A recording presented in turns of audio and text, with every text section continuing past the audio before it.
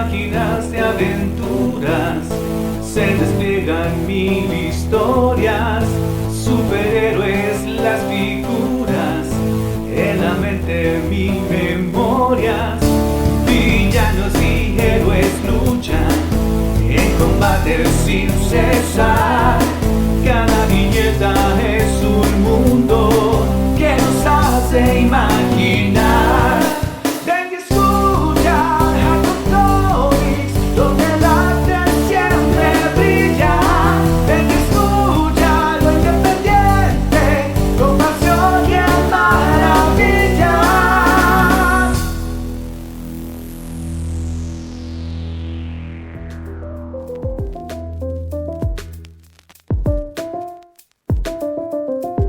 Hola, hola, ¿qué tal? ¿Cómo están? Bienvenidos y bienvenidas a un nuevo episodio del podcast de Alcon Comics. Esta vez la primera parte de nuestro 9º capítulo, donde hablamos de cómics, de las noticias relacionadas al mundo de la historieta nacional e internacional y nuestras lecturas recientes y que nos gustaría reseñar y recomendar.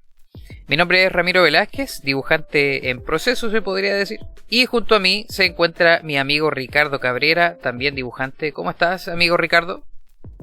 Muy bien, Ramiro, muchas gracias y un gran saludo a cada uno de ustedes para este nuevo capítulo de podcast de Alcon Comics, que en este caso es el programa número 9, el capítulo número 9, que se suma al resto de los capítulos que ustedes pueden escuchar en Spotify o en YouTube y que con la ayuda de Ramiro hemos sacado adelante, y obviamente con sus buenos comentarios, y ya que a la fecha llevamos poquitos suscriptores, nos hemos dado cuenta de que ha aumentado mucho la gente que está escuchando nuestro programa, así que para cada uno de ustedes que nos escucha semana a semana, muchas gracias por su apoyo.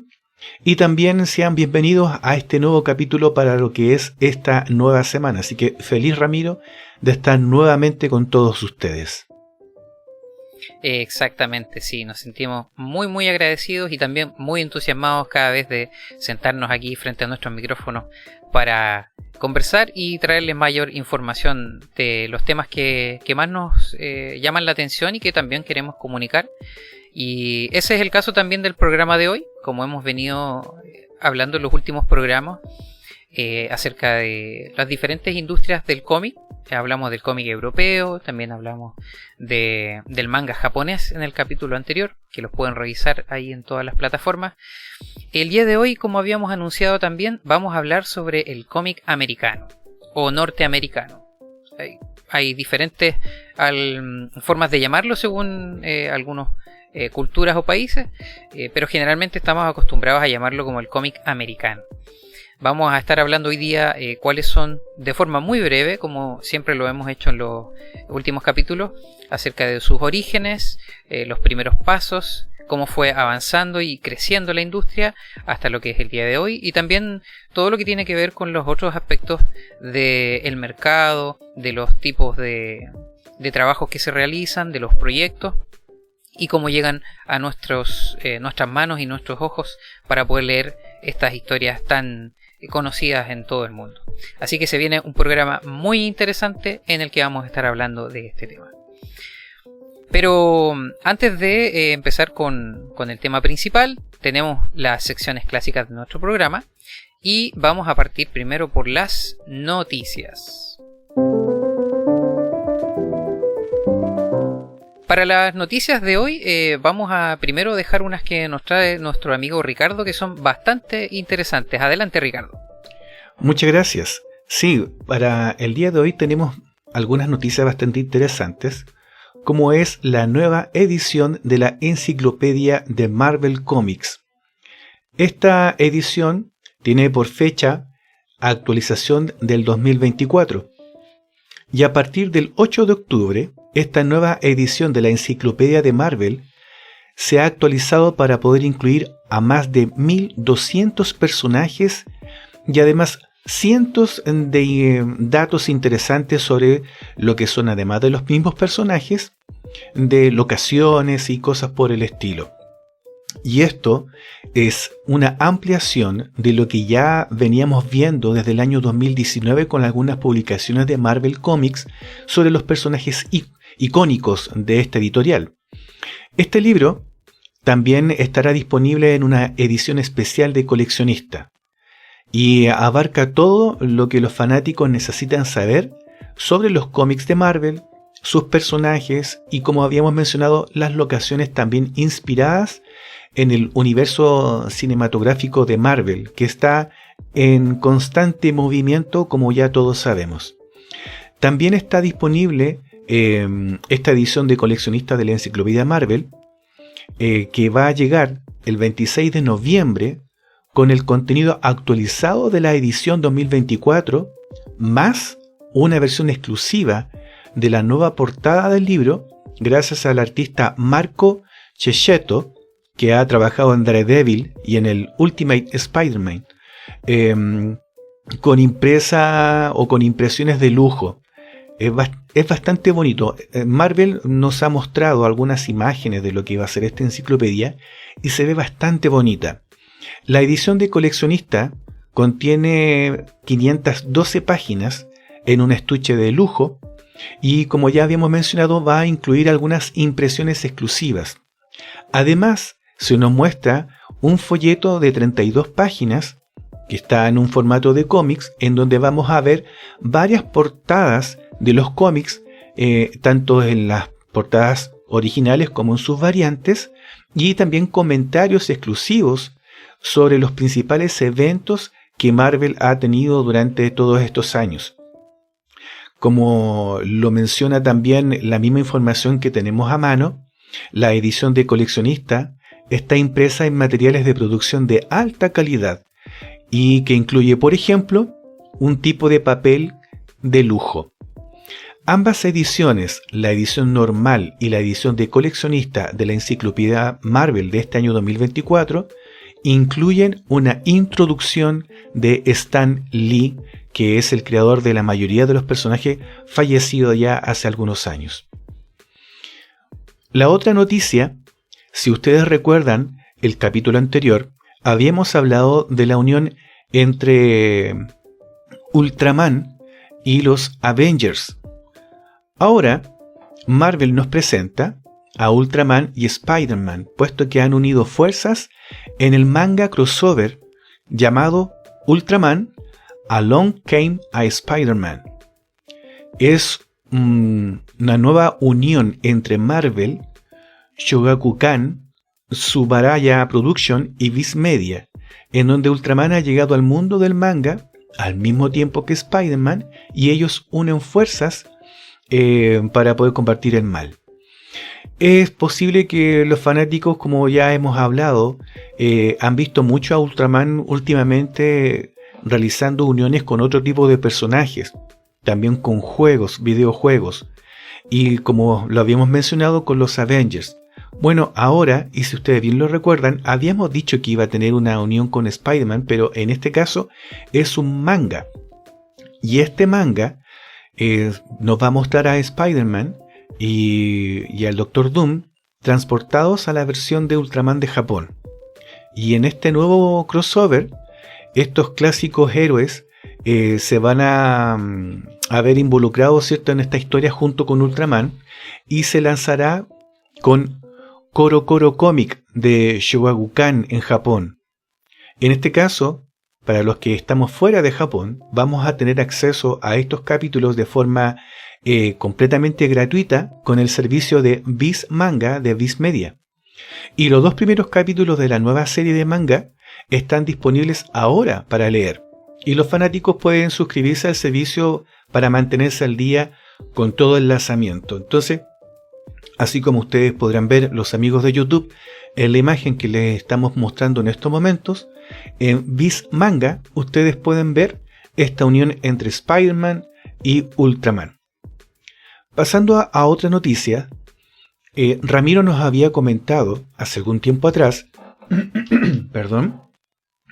que McFarlane Collectors iba a lanzar algunos juguetes de mucho lujo. Bueno, en primer lugar, el vehículo Batman Forever Batmobile se lanzó el 15 de agosto, como Ramiro había mencionado en las noticias del capítulo anterior, y a eso le siguió una nueva ola de figuras en la línea McFarlane Collector desde el pasado 16 de agosto. ¿Cuáles son las figuras que nos han mostrado desde esa fecha? Bueno, estas incluyen a Batman dañado por la batalla, que en este caso, si ustedes recuerdan, en la saga de Dark Knight Returns, nos muestran a un Batman más maduro, más envejecido, y en este caso nos muestran el traje de Batman con daño de la pelea basado en ese cómic. También nos muestran a Huntress, que es un personaje que ya ha venido apareciendo varias veces en los cómics de DC, pero en este caso nos muestran el traje que corresponde a The New 52 o los nuevos 52. Y también nos presentan a un Green Lantern, pero que en este caso nos entregan dos cabezas que se pueden intercambiar. Una cabeza es Thomas Re, perdón, que es el personaje que le entrega el anillo a Hal Jordan, y Abin Sur, perdón, es al revés. Abin Sur es el personaje que le entrega el anillo a Hal Jordan, y en este caso Thomas Re es uno de los amigos que tiene este personaje icónico de DC Comics. Así que también para nuestros auditores de YouTube, en este momento podrán ver las imágenes correspondientes al lanzamiento de estos juguetes de lujo. Otra noticia es que DC ha anunciado que Cassandra Cain, alias Batgirl, va a protagonizar una nueva serie de cómics que se estrenará en noviembre de este año. Y será la primera serie en solitario del superhéroe que se estrenará ahora, ya con una ausencia casi de 2 décadas. Entonces bastante interesante. El escritor que está a cargo de esta línea es Tate Bromal o Brombal, que ha estado involucrado en Green Lantern Dark, y une fuerzas con el artista Takeshi Miyazawa, quien estuvo trabajando en Miss Marvel hace algún tiempo atrás, y que ambos van a unir sus fuerzas para crear esta nueva serie de cómics, y que es parte de la iniciativa editorial de All In de DC Comics, que tendrá lugar después de los eventos de Absolute Power, que seguramente los lectores regulares de DC Comics lo tienen muy al tanto. Y en este caso DC también reveló la portada del primer número y nos ha incluido algunas variantes también, que en este caso le hemos querido mostrar a ustedes lo que hizo Stanley Art Hearn Law, que ahí ustedes pueden ver la imagen de la Batichica, que en este caso el personaje es Cassandra Cain, y que va a estar disponible, ¿cierto?, para muy pronto en noviembre con una nueva miniserie. Otra noticia bastante interesante es que, de acuerdo con lo que hemos podido recopilar del sitio de internet y de animación Crunchyroll, las Tortugas Ninjas se unirán a Naruto, y es uno de los tantos nuevos crossovers que estamos viendo últimamente entre personajes de cómics y personajes del manga. El evento actual cuenta con Viz Media y con IDW asociados para una miniserie de 4 números, y el anuncio incluyó algunas muestras de diseño de personajes y también de portadas. Ahora, ¿quiénes están detrás de este cómic o manga, como quizás tú lo quisieras llamar, de las Tortugas Ninjas con Naruto? El escritor es el escritor que ha estado trabajando en Sonic, se llama Caleb Wellner. El artista se llama Henry Prasetya o Prasetya, perdonen la pronunciación, que hay algunos nombres que desconocemos totalmente cómo se pronuncian, pero Henry ha estado trabajando en los Power Rangers, en los cómics de Power Rangers. En los colores tenemos a Raúl Angulo, y lo que tiene que ver con los textos que encontramos dentro de lo que es el cómic, vamos a ver el trabajo de Ed Dukeshire. Y lo interesante es que vamos a ver a otros artistas de cómics trabajando en algunas de las portadas. Por ejemplo, Jorge Jiménez, conocido artista de Batman, nos va a mostrar algunas de las portadas, y la primera entrega va a llegar a las tiendas de cómics el día 13 de noviembre de este año. Ahora, IDW describe el primer número en que las tortugas se dirigen a la aldea oculta de la hoja de Naruto de Masashi Kishimoto de la siguiente manera. Dice: es el enfrentamiento ninja más genial que jamás hayas soñado, si te hubieras atrevido. Los héroes de las tortugas ninjas se encuentran con el anfitrión del zorro de 9 colas en el crossover del que todos hablarán. Y acá nos cuentan que la reportera Avril O'Neil tiene una reunión clandestina con Tsunade, que si ustedes se recuerdan es la líder de la villa oculta de la hoja. Y esto llama la atención de Naruto, Sasuke, Sakura y Kakashi. Pero, aunque ellos no son los que están presentes en esa situación, el clan del pie también está interesado en la visita de Avril a la aldea. Por lo tanto, ahí comienza a haber, ¿cierto?, la relación entre las tortugas ninja y lo que es Naruto y el resto de los personajes de este manga. Entonces, en colaboración con el aclamado editor de manga Beast Entertainment, IDW está reuniendo 2 de los cómics más populares del mundo para ofrecerte a ti, querido lector, el evento que se espera que sean de 4 números este año 2024. Y ahí ustedes podrán ver la portada o una de las portadas que tendremos para este cómic de la unión entre las tortugas ninjas y Naruto. Eso sería la noticia, Ramiro, con respecto a lo que yo he podido recopilar para esta semana. Muchas gracias, Ricardo, y muchas noticias, muchas de las que vamos a estar en expectación porque contienen información acerca de los próximos números de los próximos cómics más populares que están por publicarse, así que vamos a estar atentos naturalmente a esos cómics, a esas novedades también para tal vez comentarlas en próximos programas. Las noticias que traigo yo son algunas relacionadas al ámbito nacional y algunas también al ámbito internacional. Mencionar, por ejemplo, primero que hay un nuevo cómic del Salchicomic. ¿Recuerdan cuando hablamos de un cómic llamado Salchicomic de la editorial Cuadernísimo? Bueno, en esta ocasión hablamos de historias cortas de un perrito largo, cuando lo reseñamos hace un tiempo atrás. A través de sus redes sociales, la editorial ha comunicado que ya está disponible la preventa de su nuevo cómic llamado ¿Dónde está Nubecita?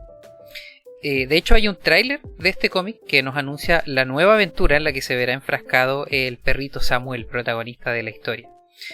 Esta vez tendrá que echar mano a sus dones detectivescos para encontrar a la vecina gatuna Nubecita, que se ha extraviado, y tal vez, solo tal vez, leer en relativa paz su cómic favorito. Así que ya saben, si quieren reservar una copia mientras sale de imprenta, vayan a la página web de cuadernísimo.cl porque están en fase de preventa, y pidan su Salchicomic. Incluso pueden pedirlo con firma del autor, Cristian Luco. Hay un apartado ahí en la página donde ustedes en las observaciones pueden pedir que quieren su cómic firmado.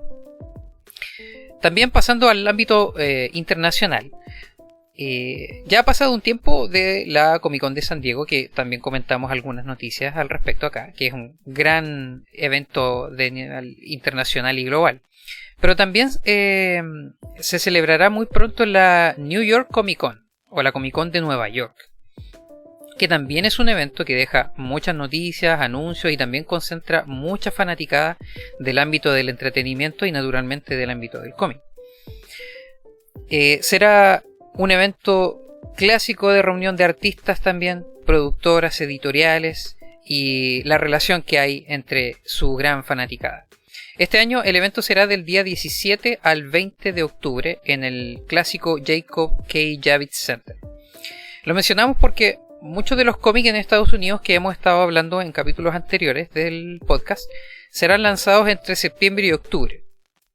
Así que varios de los artistas implicados en estas producciones van a estar ahí dando charlas, conferencias, entrevistas, por lo que vamos a estar también muy atentos para comentar en más asuntos relacionados a la historieta en ese lado del planeta en los próximos meses. Y la última noticia que tengo para señalar tiene que ver con recientes anuncios en redes sociales específicamente de una agencia llamada Artist Go.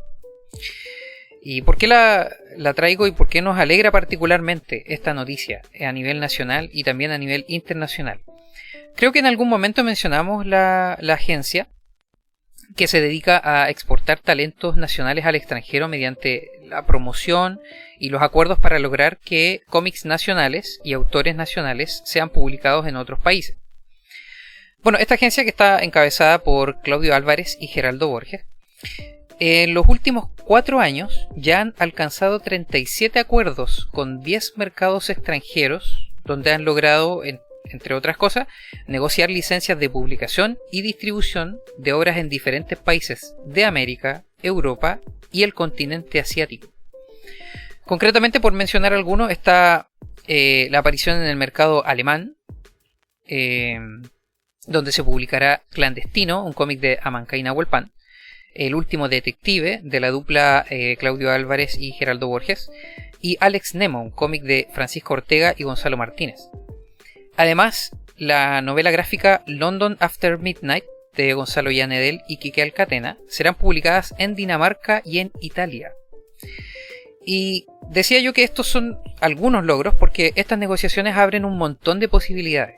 Que una obra local sea publicada y reconocida en mercados extranjeros pone los nombres de guionistas, dibujantes, coloristas, letristas o rotuladores, además del trabajo editorial, en la retina de otras empresas en diversos países, lo que hace aumentar las posibilidades de adquirir trabajos y reconocimiento de los artistas y creadores nacionales.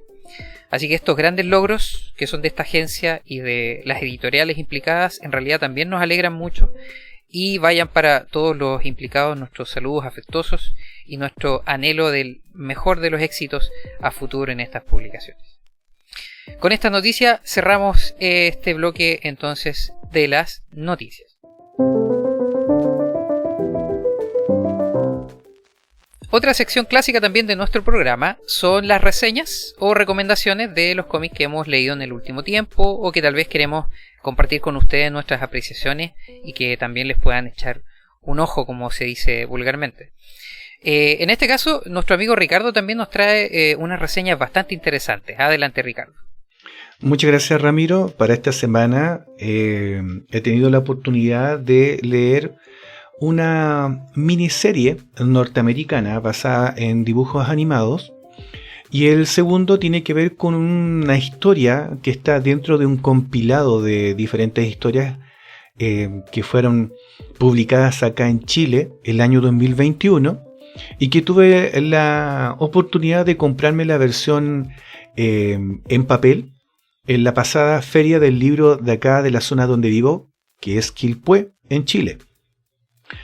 La primera reseña que me gustaría comentar con ustedes es la serie de cómics lanzados por parte de Marvel bajo una editorial muy poco conocida. Y a continuación les voy a explicar, pero el cómic en sí son los Silverhawks, lanzados el año 1985, en donde esta editorial nos presentó o nos pudo entregar 7 números de estos personajes que fueron lanzados como animación para esa época. Ahora, si uno busca información con respecto a los cómics de Silverhawks, para quienes a lo mejor si tú eres un auditor muy jovencito y no los conoces, son un grupo de personas que fueron modificadas para tener cuerpos como si fueran cyborg, pero con una orientación de halcones o águilas. Entonces estos personajes tienen alas y tienen la capacidad de disparar rayos por sus hombros, y tienen el trabajo como si fueran alguaciles de lo que es el espacio. Para el resto de las personas lo van a recordar porque es el símil de los Thundercats. Cuando salieron los Thundercats, la empresa se dio cuenta que, así como la parte felina llamaba mucho la atención, el área de lo que es ave, quisieron implementarlo con los Silverhawks Y no recuerdo el nombre, pero también sacaron exactamente lo mismo referente a lo que es el mar. Y sacaron una serie también de personajes que estaban viviendo en el mar, de la misma manera como los Thundercats vivían en la tierra y los Silverhawks en el cielo. Y en el caso de los Silverhawks, les paso a comentar por qué es extraño y por qué me llamó la atención y por qué los leí. Resulta que al buscar información sobre si existían cómics americanos de personajes de los años 80, me encontré con que estos personajes que para mí me gustan muchísimo más que los Thundercats, y a lo mejor a ti es al revés, me encontré con que Marvel oficialmente no tiene a los Silverhawks como personajes en cómics. Pero lo que sí puedo encontrar, que si bien estos personajes fueron creados originalmente por Rankin Bass Production el año 86, Marvel lo que hizo fue publicarlos bajo el nombre Star Comics, que vendría siendo una subsidiaria de Marvel Comics y estaba enfocada en esos años en realizar cómics para niños. Entonces, en el tema de los Silverhawks, esta serie de cómics fue hecha en el año 87 y constó de 7 números. Y acá nosotros vamos a ver a los personajes en las aventuras basados obviamente en lo que era la animación, pero con algunos retoques para hacerlo más infantil. Para lo que eran las historias, el guionista o el escritor de las historias era Steve Perry, que para algunos quizás les suene el nombre porque tiene el mismo nombre del vocalista de Journey. Pero en este caso el escritor, Steve Perry, es el que escribía las historias para los cómics de Silverhawks en esa época. Lo acompañaba en el arte Mike Witherby. Y a partir del primer número en adelante encontramos variaciones en lo que eran las tintas, en las letras, coloristas, y vemos cómo estos personajes van viviendo diferentes aventuras, y resulta que el dibujo es bastante agradable. Mike Witherby hace muy bien el trabajo implementando lo que es el diseño de los personajes que se ven en la animación, pasándolos a cómics, retocando ciertos aspectos obviamente para que los personajes sean reconocidos, pero siempre bajo la temática artística del cómic americano, que es lo que vamos a conversar en el tema principal del día de hoy. Las historias son bastante agradables, son bastante infantiles, no son complicados de leer, y si bien los cómics actualmente ustedes tienen que buscarlo en internet y los van a encontrar en inglés, ya que es un cómic bastante antiguo, hay algunas páginas que se han preocupado de hacer traducciones de las historias. Son historias, como les decía, bastante simples, el dibujo acompaña muy bien las historias, es bastante entretenido, y para aquellos que les gusta los personajes de animación de esa época y quisieran tener lo que son los cómics de los personajes, en este caso, esta miniserie de 7 números es bastante buena, la calidad es bastante buena.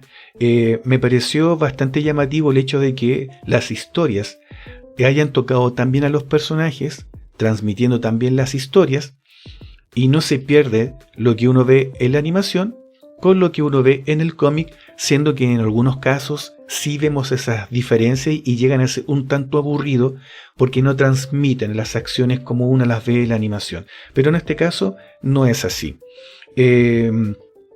Al ser un cómic de los años 80, los colores son bastante simples.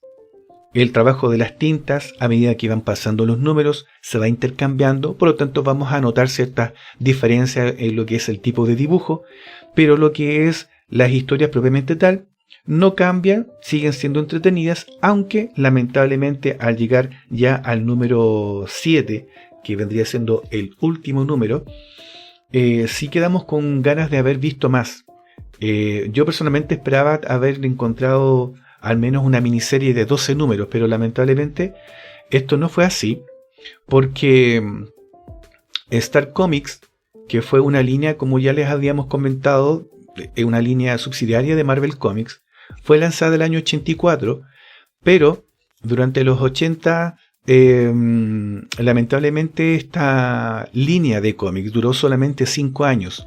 Cerró el año 88. ¿Por qué pasó esto? Si bien había comenzado con mucha fuerza imprimiendo cómics que tenían que ver con personajes de esa época, como bien dice la información, lamentablemente para finales de esos años el mercado de los cómics cambió muchísimo. Entonces se hizo muy poco rentable tener, en este caso para Marvel Comics, tener una línea aparte. Por lo tanto, lo que hicieron en algunos casos, algunos títulos de Star Comics simplemente fueron cancelados y los otros fueron integrados o concluidos dentro de las publicaciones regulares de Marvel Comics. Y en este caso, lamentablemente, la línea de los Silverhawks sufrió eso. Por lo tanto, lamentablemente tenemos solamente 7 números. Me gustó mucho. Yo lo recomiendo para quienes les gustaría tener en sus manos, o a lo mejor de manera digital, lo que es el resumen de lo que era la animación de esa época, en estos 7 cómics de los Silverhawks, bastante bien hecho. Y también dentro de la misma línea pueden llegar a encontrar los Thundercats y otros personajes también de los años 80. Así que mi reseña de estos cómics de manera bien global es que en el primer número tenemos el origen de los personajes, se nos cuenta de manera rápida el origen de cada uno de los Silverhawks. Ya a partir del número 2 en adelante comienzan historias que van entrelazando lo que se vio en las animaciones, con algunos retoques de algunos personajes que no aparecieron en las animaciones, pero que complementan la historia.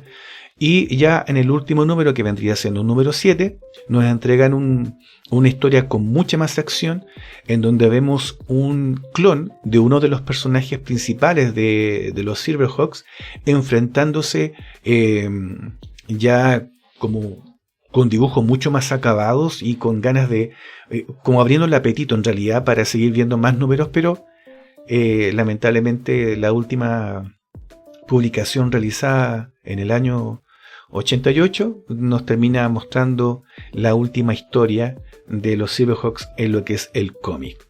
Así que bastante interesante, me gustó, lo recomiendo. Pueden buscarlo en internet. Lamentablemente dentro de los catálogos de Marvel no se encuentra disponible por el momento,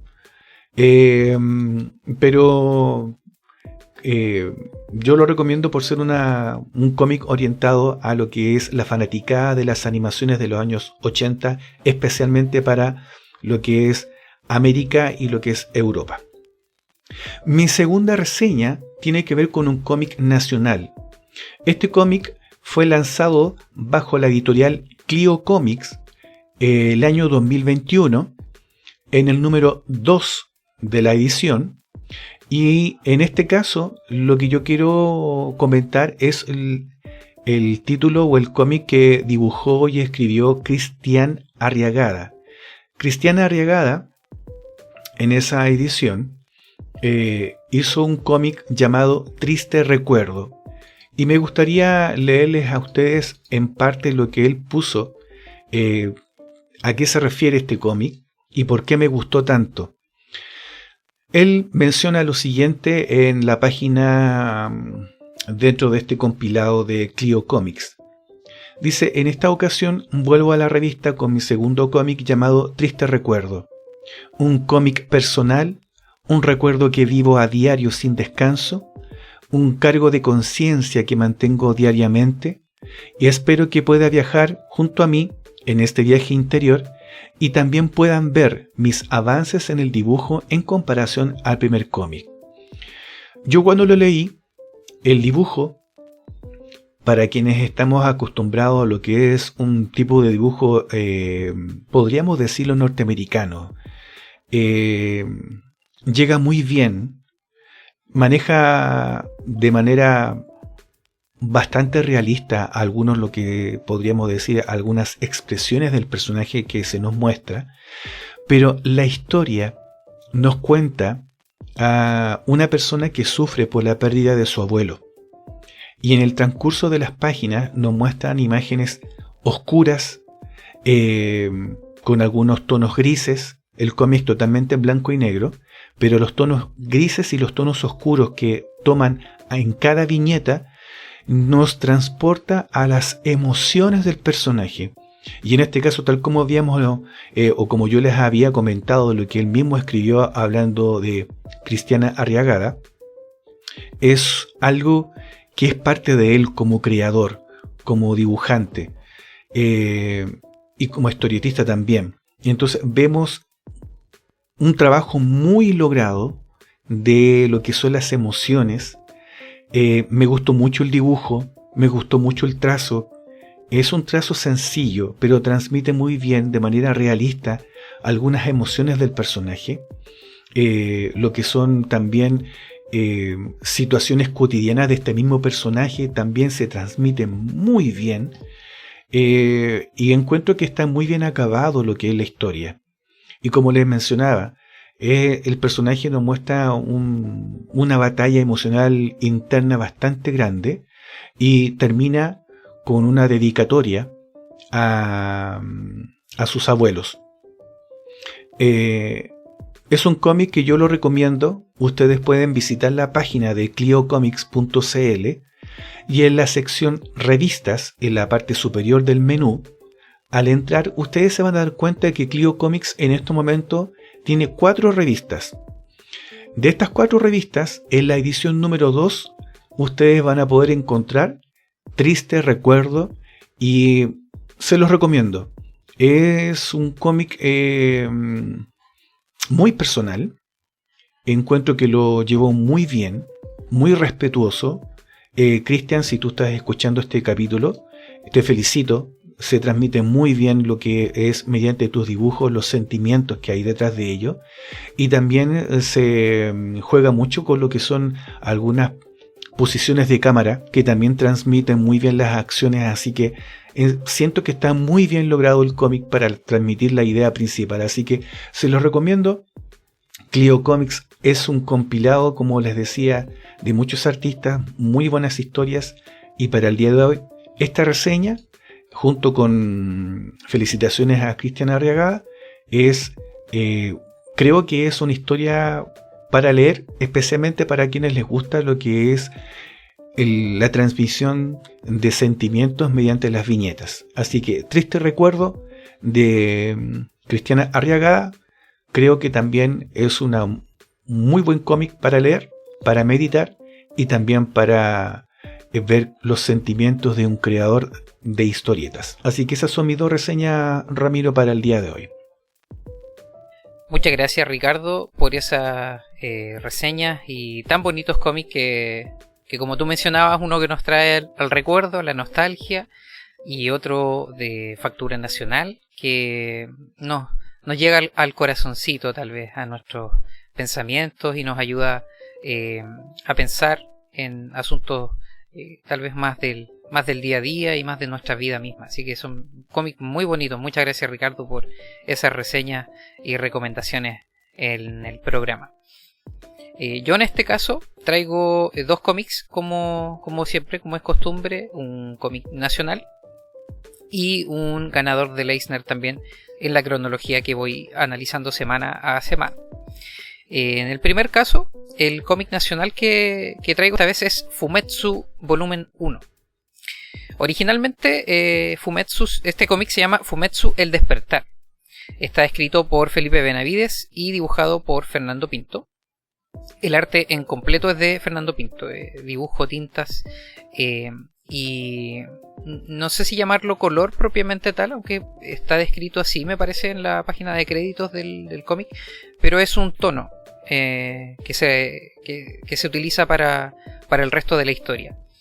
Es un cómic del año 2013, publicado por la editorial Visuales. ¿De qué se trata?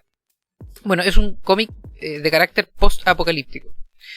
Resulta que debido a las guerras, las enfermedades, la contaminación, entre otros factores, el mundo como lo conocemos se vino abajo. Esa es una premisa bastante común en los cómics post-apocalípticos. Lo que tiene este cómic de diferente es que la sociedad en sí se vio completamente viviendo como en la Edad Media.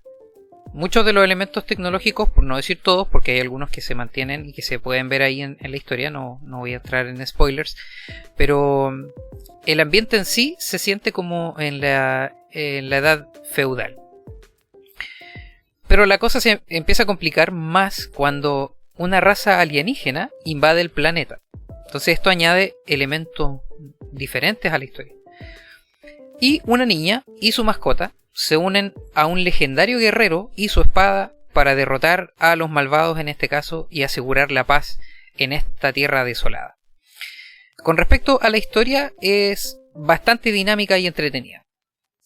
Algunos tal vez pudieran compararla con otras historias del tipo, por ejemplo, Cadillacs y Dinosaurios, de la que también estuvimos hablando acá, y algunas similares, pero no comparten elementos porque esas historias de bastante tiempo atrás tienen un ritmo bastante particular, tal vez por la época en la que fueron creadas.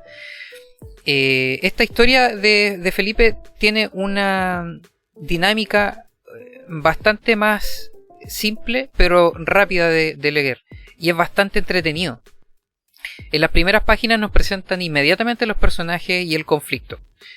No se hace tan largo, no se hace poco explicativo, sino que los elementos que componen la historia y que se desarrollan son bastante específicos y se aclaran bastante bien al principio. Y aunque hay una breve reseña visual de lo que les comenté anteriormente, de qué fue lo que pasó con el planeta en sí, no se detiene mucho tiempo en esa historia, así que sigue avanzando súper bien los acontecimientos. No puedo dar más detalles de cómo va avanzando la historia porque me gustaría que lo pudieran leer, pero sí, si están buscando alguna historia de ciencia ficción, aventura, con heroísmo, con el viaje del héroe, y con chistes entre medio, porque también tiene algunas situaciones cómicas en sí el cómic, Fumetsu cumple con todo eso y tal vez con algunos elementos más. El arte de Fernando Pinto es ideal para esta historia. No tengo mucho más que decir que destacar todo lo que se complementa la historia con el dibujo, porque Fernando Pinto da clase en este sentido. Literalmente, porque no solamente él da clase de dibujo con este cómic, sino que también es profesor, así que él sabe muy bien de lo que está hablando. Y este cómic es una de las obras que yo me imagino que está en su currículum por los temas narrativos, cómo aborda la página, los planos, el trazo de Fernando y el uso de las diferentes tonalidades, las luces, los escenarios, para lograr el objetivo de contar la historia muy a la par con lo que el guión de Felipe Benavides va relatándonos. Con respecto a su adquisición, hay unas copias por ahí todavía en internet. En una página en concreto la encontré de una editorial, o sea, de una tienda, perdón, en internet que tiene distribución, así que si alguien quiere adquirirlo todavía quedan algunas copias de este cómic. Y también destacar que hay 2 volúmenes de Fumetsu. Yo en este caso hablé solo del volumen 1, pero también está el volumen 2. Así que si quieren buscarlo por ahí para poder comprarlo y leerlo, todavía quedan algunas copias disponibles.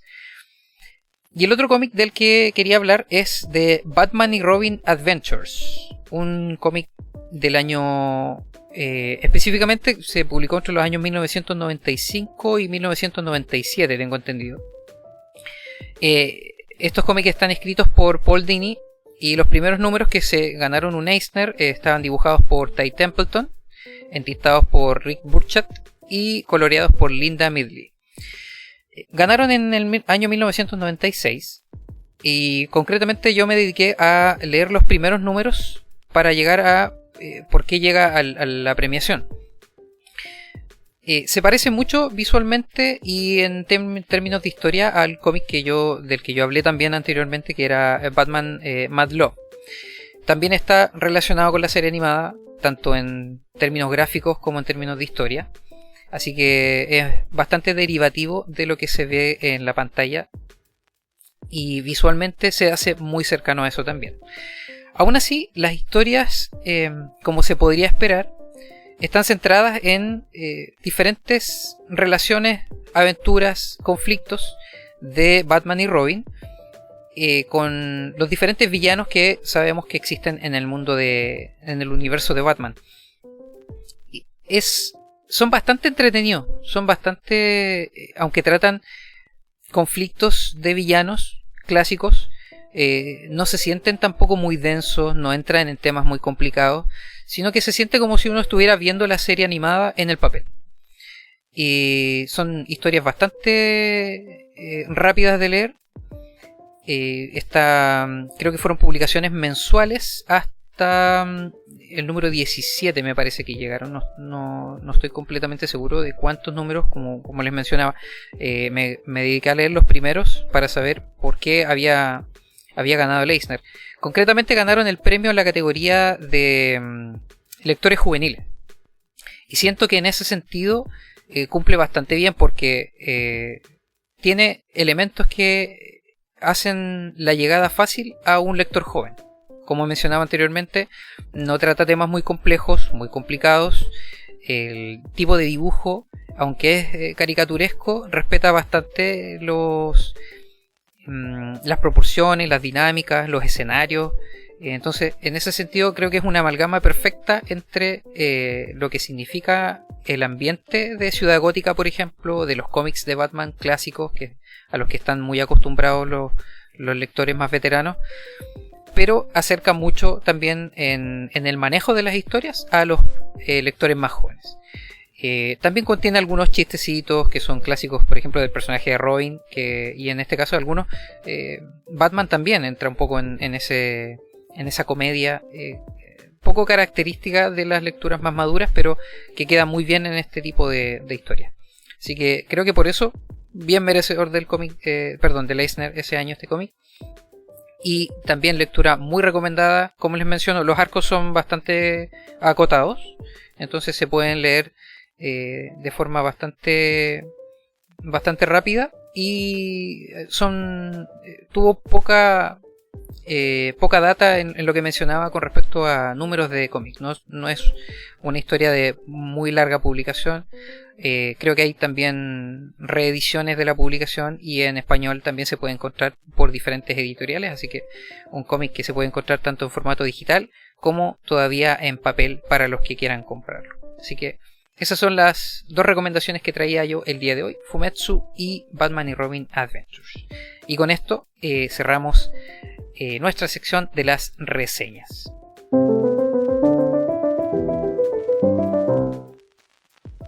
Y ahora a continuación vamos a hablar de nuestro tema principal, el tema del que les mencionábamos al principio del capítulo y que nos trae a colación el cómic americano.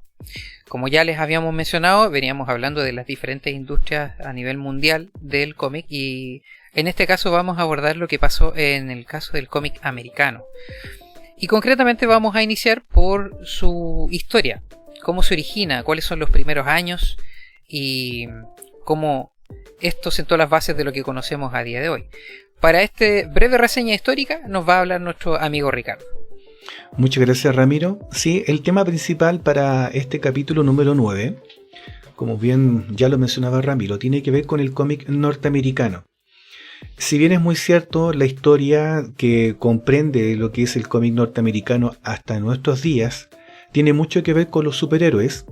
Si nosotros indagamos un poquito más allá, nos vamos a dar cuenta que hay muchas historias, hay muchas cosas involucradas dentro de lo que es el cómic americano que lo hacen muy particular.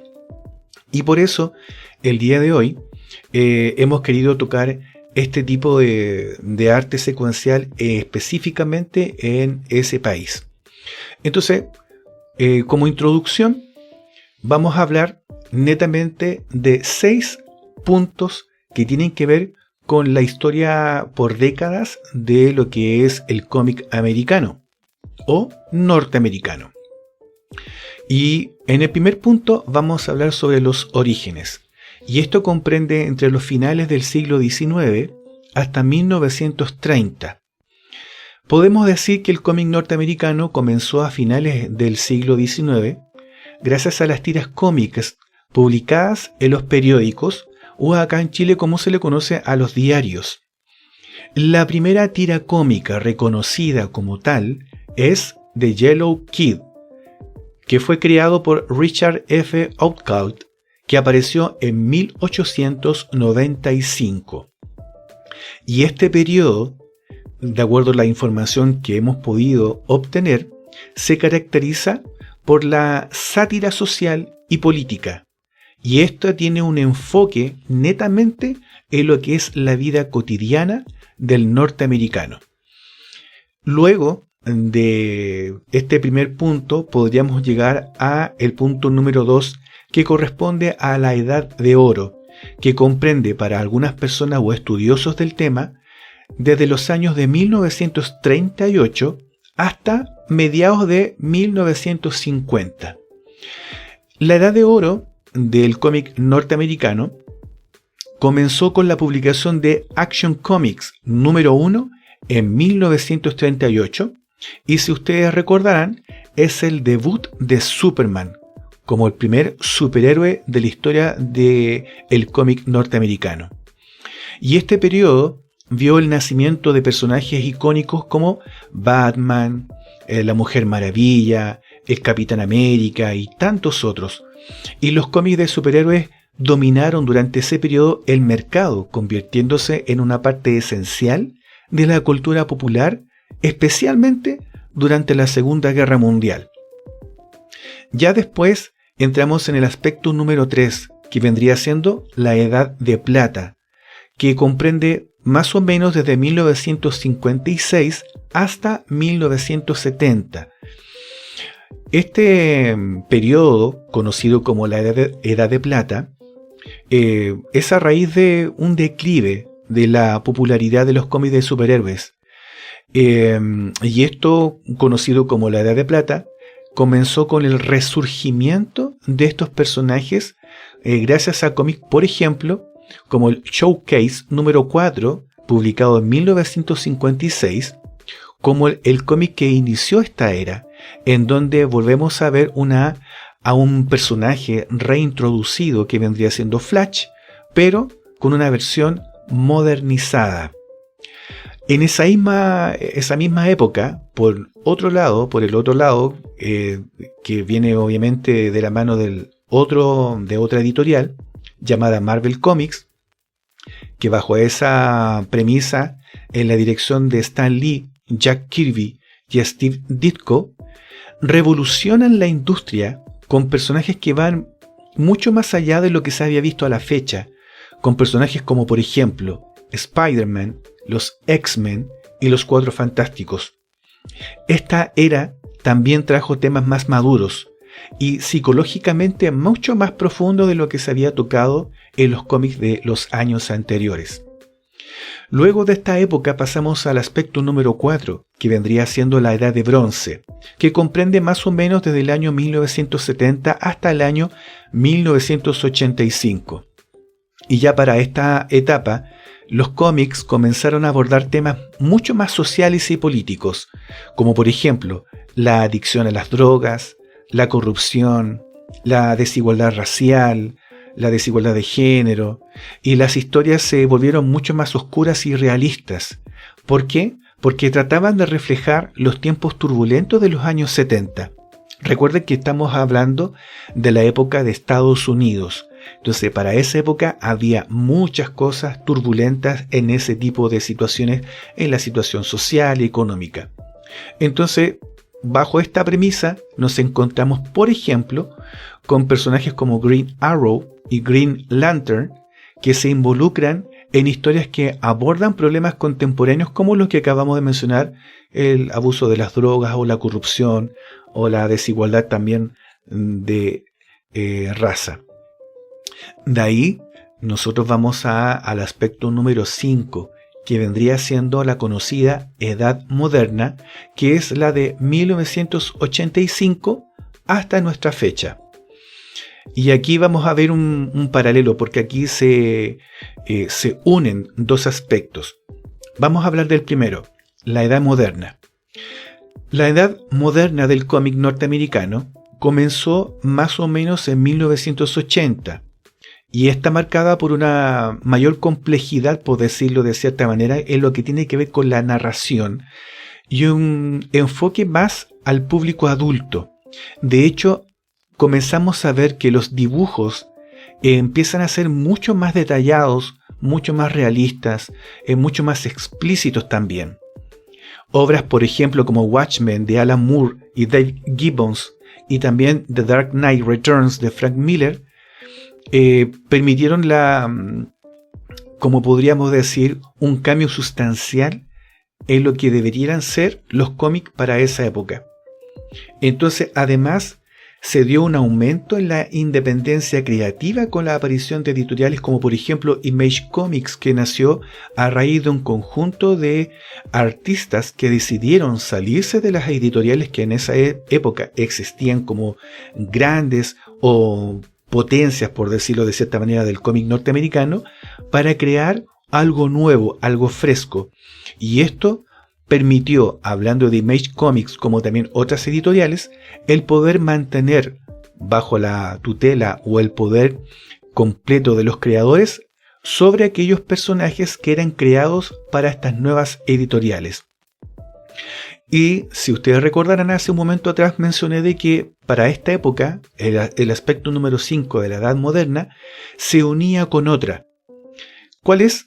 El aspecto número 6, que es la era digital y la cultura geek, que comprende desde el año 2000 hasta el presente. Entonces, vemos una fusión en la edad moderna de lo que es la historia del cómic norteamericano con la era digital y la cultura geek. Y hemos visto que en los últimos años los cómics han experimentado un renacimiento. ¿Gracias a qué? Al hecho de que muchos personajes de cómics ahora los podemos ver en películas, en animaciones, en series de televisión, lo que ha llevado obviamente a una explosión de la cultura geek o lo que es el fandom.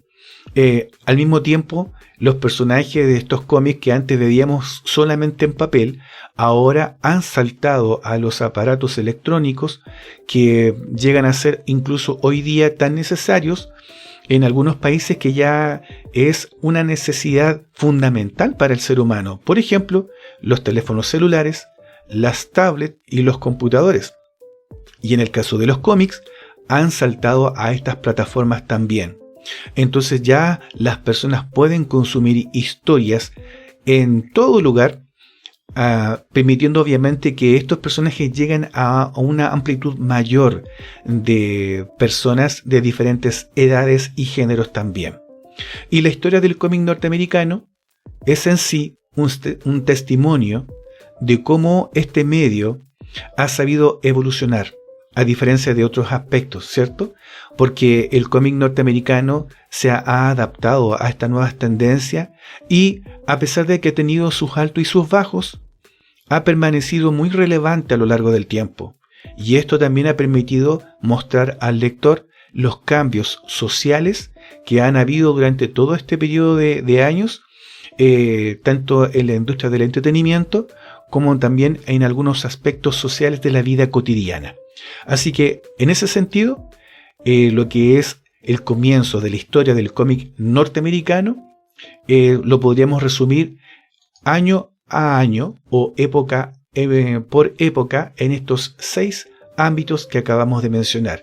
Entonces, ahora, después de haber visto una pequeña introducción a las épocas que comprenden la historia del cómic norteamericano, podríamos decir, ¿existirán alguna definición para los tipos de cómics que podemos ver actualmente en Estados Unidos? Para este aspecto vamos a escuchar a Ramiro, que nos tiene preparado otra información.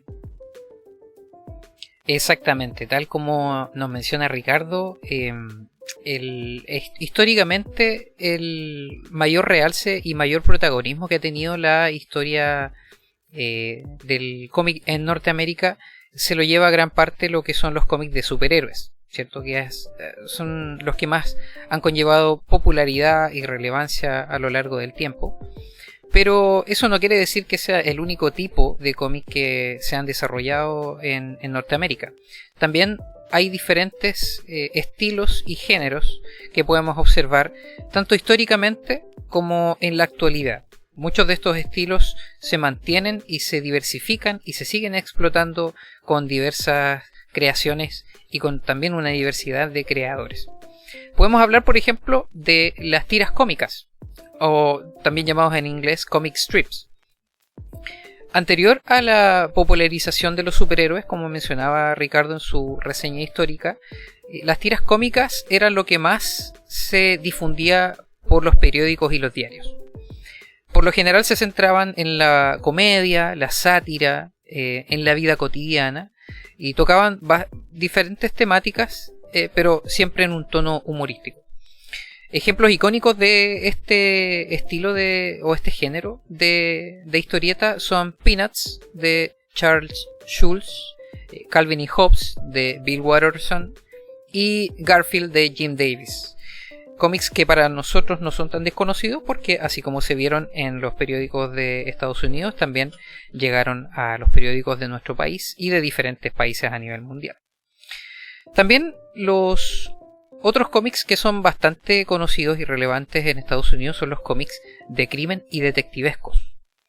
Particularmente entre los años 40 y 50 cobraron notable popularidad este tipo de historias, que presentaban aspectos de detectives, resolución de crímenes en sus historias, etc. Particularmente Crime Does Not Pay fue una de las series más populares de este género entre esos años. Y se hicieron bastante populares también porque solían contener historias más oscuras y moralizantes. O sea, trataban temas un poco más densos, un poco más complicados, más complejos, pero con un enfoque siempre, y particularmente esto llama la atención, con un enfoque hacia la justicia. También podemos hablar de otro cómic que es muy común en el cómic norteamericano y también muy popular, que son los cómics de horror. Durante esta época también que conversábamos sobre la época en que cobraron popularidad los cómics de detective y de crímenes, también toman popularidad este tipo de historias, con publicaciones como por ejemplo Tales from the Crypt de EC Comics, que ofrecían historias macabras, llenas de suspenso, historias de todo tipo de horrores y terrores. Pero este género en particular, junto con otros, pero este más sobresalientemente, tuvo que ser bastante restringido y fueron muy estrictamente perseguidos debido a la creación de algo que también vamos a hablar un poquito, vamos a explayarnos un poco después, que es el Código de Autorregulación de los Cómics, o el Comics Code Authority, en 1954, y que tuvo mucho que ver con la censura de los títulos que se publicaban, y en este caso los cómics de horror fueron bastante golpeados. También están los cómics con temática de guerra, populares particularmente por la época en la que se gestaron, que tiene relación también con la guerra, que fue la Segunda Guerra Mundial. El periodo pre y postguerra, estos cómics tuvieron una popularidad bastante arrasadora, con historias como por ejemplo Sergeant Rock y The Nam, este tipo de cómics que exploraban las experiencias y vivencias de los soldados en combate, las consecuencias de la guerra, y por qué también causan una atención en particular al público lector, porque le imprimían un enfoque realista y también sombrío a este tipo de historias. Otro tipo de historias que son muy comunes también y muy frecuentes en el cómic norteamericano son los cómics de ciencia ficción y fantasía. También son un género bastante conocido a nivel mundial, pero historias particularmente interesantes se gestan en Norteamérica y que alcanzan los mercados internacionales, porque exploran historias reversionadas, por ejemplo, de futuros distópicos, mundos alternativos, aventuras en el espacio, en otros tiempos, etc. Tocan un montón de temáticas que amplían el universo donde el autor se podía mover. Un ejemplo muy destacado de esto es The Sandman, de Neil Gaiman, que es una mezcla de mitología, historia, literatura. A nivel latinoamericano podríamos llamarlo como realismo mágico, realismo maravilloso, que es un formato que se alejó del típico cómic de superhéroes y que debido a la relevancia y popularidad que tuvo ganó bastantes premios también. Entonces es un cómic que también es un género de cómics que es bastante popular también hasta nuestros días. Y no podemos dejar de lado los cómics de humor, que no en este caso hacemos una separación. hablábamos de las tiras cómicas, tiras cómicas, que son un tipo de cómic de humor, pero con el cómic de humor propiamente tal también nos referimos a las historias con mayor continuidad de corte humorístico, como por ejemplo las publicadas en la revista Mad Magazine, que fue una revista que influyó en este tipo de cómics en particular por las historias que se mostraban ahí, por la sátira, el tipo de humor, jugaban con todo tipo de humor también, con todos los géneros de la comedia, y que muchas de esas obras también tuvieron relevancia para ser serializadas de forma particular y que también ganaron premios en las categorías de humor de las premiaciones de los certámenes estadounidenses. También están los cómics underground. Los cómics underground son un tipo de cómic que entre los años 60 y 70 se hicieron bastante famosos por explorar temas contraculturales con un enfoque tal vez un poco más tabú, porque trataban temáticas de política, sexo, drogas, todo lo que tiene que ver con, entre comillas, el bajo mundo. Y todas esas temáticas cayeron en cómics como por ejemplo los de Robert Crumb, como Subcomics, como ejemplo, y cobraron bastante relevancia en estas décadas también. Algo que también se hizo muy famoso y también se establece como un género más que como un formato son las novelas gráficas y los cómics de autor. Y esto también fue particularmente popular ya hacia los años más avanzados, los años 80 y hasta la actualidad. Porque eran una forma un poco más extensa, más contenida, pero de forma más novelística, por llamarlo de alguna forma, para contar historias. A diferencia de los géneros que mencionábamos anteriormente, que tal vez tenían una publicación de corte más mensual, de un corte más regular, en formato revista, en este caso tenemos novelas con mayor cantidad de historias y una mayor cantidad de páginas. Obras como por ejemplo Maus de Art Spiegelman son muy famosas, historias que tratan sobre el Holocausto en particular, y Persepolis de Marjane Satrapi, que trata sobre la vida en Irán. Estos ejemplos son bastante destacados en este género y también se caracteriza mucho por las temáticas que trata, por tratar también temas más maduros, más serios, más densos, tal vez más complejos, por decirlo de alguna manera.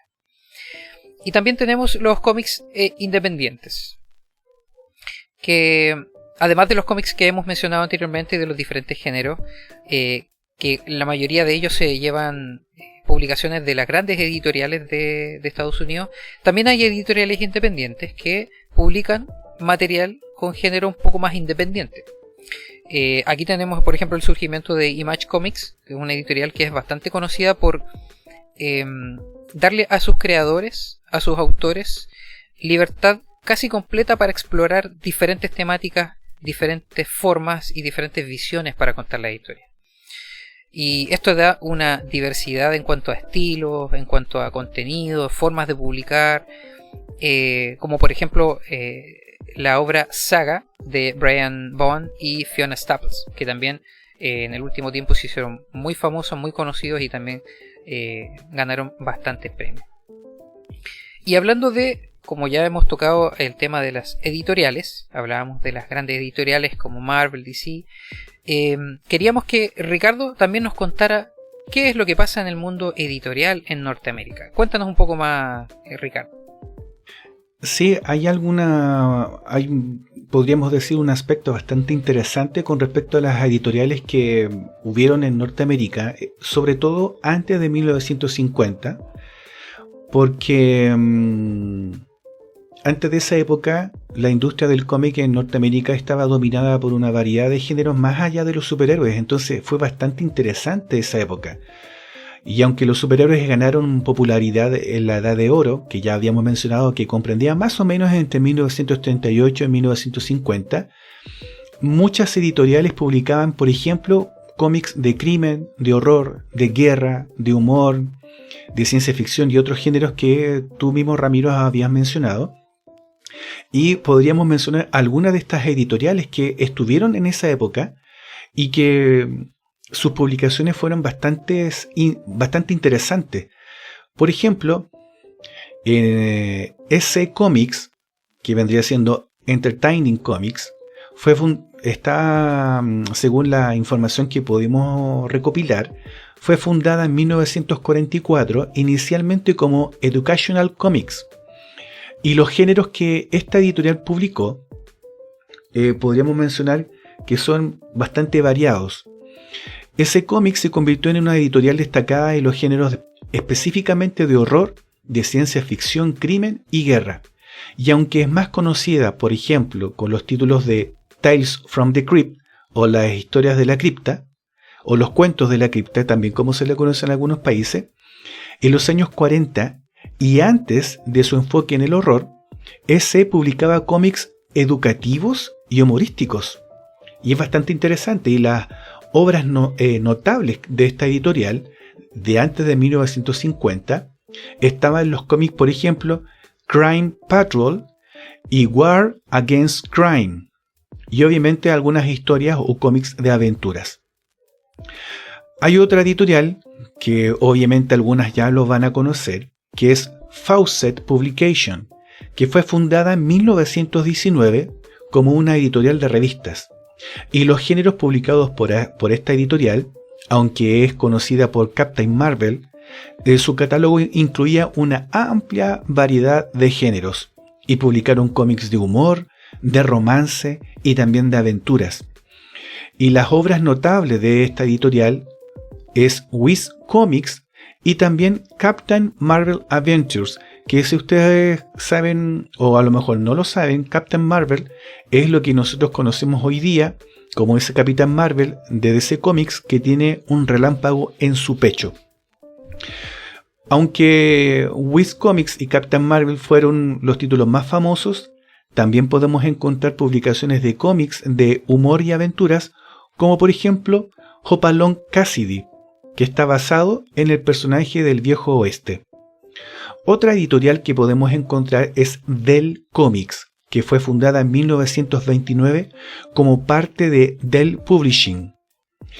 Algunos géneros publicados por esta editorial, que fue una de las grandes editoriales y bastante diversa, fue conocida por publicar cómics basados en propiedades populares de películas. También publicó cómics basados en programas de radio, series animadas, de animales, del Viejo Oeste y también de humor. Algunas obras notables de esta editorial fueron, por ejemplo, los cómics basados en personajes de Walt Disney, personajes de Looney Tunes y también Tarzán. Y también podemos encontrar algunos cómics basados en películas de vaqueros y también de literatura infantil. Otra editorial que podemos encontrar también para esos años es Lev Gleason Publication, fundada en 1939. Y aunque esta editorial fue especialmente influyente en el género del crimen, también publicó algunos cómics que fueron muy polémicos en esa época. Específicamente en lo que eran, como ya habíamos dicho, los cómics de crimen. Y la obra notable de Lev Gleason Publication fue Crime Does Not Pay, o El Crimen No Paga, en 1942, que es un cómic de crimen que se convirtió en uno de los títulos más vendidos de la década de 1940. Y fue notable porque este cómic estaba con un enfoque mucho más realista y gráfico con respecto a las historias criminales de esa época. Otra editorial que encontramos es Quality Comics, que fue fundada en 1937, y aunque es conocida por personajes de superhéroes como por ejemplo Plastic Man y Black Hawk, que fue posteriormente agregado dentro de los personajes de DC Comics, también había publicado cómics de guerra, de humor y romance. Si bien habíamos dicho que dentro de las obras notables estaba Plastic Man y Black Hawk, también ellos publicaron cómics de guerras y también cómics de crimen, como por ejemplo Kid Eternity. Otra editorial también de esos años es Harvey Comics, fundada en 1941, y Harvey es conocida principalmente por sus cómics infantiles y de humor. Y aunque publicaron cómics de superhéroes durante la Segunda Guerra Mundial, su enfoque cambió rápidamente a personajes humorísticos y para niños, como por ejemplo Little Dot, Richie Rich y Casper the Friendly Ghost, que en este caso en español podríamos decir Ricky Ricón y Gasparín. Y aunque estos personajes se hicieron muy populares después de 1950, para esos años ellos ya estaban publicando estos cómics y obviamente los que ya habíamos dicho sobre la Segunda Guerra Mundial y los de humor. Hay una editorial que muy pocos conocen bajo el nombre MLJ Comics, pero esta misma editorial hoy día ustedes sí la pueden conocer porque es la reconocida Archie Comics. MLJ Comics fue fundada en 1939 y comenzó publicando cómics de superhéroes, pero rápidamente encontró su nicho en los cómics de humor y romance, como por ejemplo la que encontramos en 1941 con la introducción de Archie Andrews en Pep Comics. Archie fue tan popular en 1946 que la compañía cambió su nombre a Archie Comics y comenzó a centrarse casi exclusivamente en las aventuras cómicas y románticas de este personaje llamado Archie Andrews. Otra editorial importante para esa época fue Fiction House, fundada en 1921. Y esta editorial era conocida por su enfoque en cómics de aventuras, de ciencia ficción y personajes femeninos fuertes. Pero también publicaron algunas historias de aviación, de piratas y exploradores. Una de las obras notables de esta editorial fue Planet Comics, Jungle Comics y Fight Comics, que vendría siendo cómics de aventuras y combates y estaban dentro de su amplio catálogo de revistas. Una editorial bastante conocida por nosotros hoy, pero que en su tiempo tenía otro nombre, es Timely Comics, que actualmente se llama Marvel Comics. Esta editorial fue fundada en 1939 y aunque hoy día la conocemos como Marvel, en su época tenía una amplia gama de géneros, como por ejemplo, tenía cómics de humor, cómics de horror y también cómics de romance. Por ejemplo, una de las publicaciones notables de esa época era el cómic llamado Crazy Comics y Comedy Comics. Y por último, otra editorial conocida para esos años es St. John's Publications, fundada en 1947 y era muy conocida por sus cómics de romance. También publicaba cómics de crimen, de guerra y de ciencia ficción. Y uno de los cómics notables de esta editorial era Teenage Romance y Amazing Adventures, que son ejemplos de los títulos que obviamente no estaban enfocados a superhéroes, pero sí a aventuras. Así que estas son algunas de las editoriales que podemos encontrar que no estaban basadas netamente en lo que son los superhéroes, puesto que tenemos muchas veces la tendencia a decir que las editoriales norteamericanas son exclusivamente de superhéroes. Aquí nos damos cuenta que en realidad el cómic norteamericano no es necesariamente de superhéroes, sino que abarcó especialmente antes de 1950 una gran amplitud de cómics o de géneros de cómics. Entonces ahora podríamos preguntarnos, bueno, si hubieron tantas editoriales de tantos tipos de cómics, ¿qué les pasó a algunas de ellas? ¿Cuáles fueron los fundamentos para el cierre de algunas de estas editoriales que al día de hoy ya no existen? Para este ítem vamos a escuchar ahora a Ramiro. Muchas gracias, Ricardo. Y sí, vamos a hablar también de las editoriales que lamentablemente cerraron sus puertas, algunas de forma muy temprana, y de otras curiosidades del mundo del cómic americano, pero en la parte 2 de este 9º capítulo. Así que agradecemos de antemano que nos hayan escuchado el día de hoy y estén atentos a la parte 2 que estará muy pronto disponible. Hasta pronto.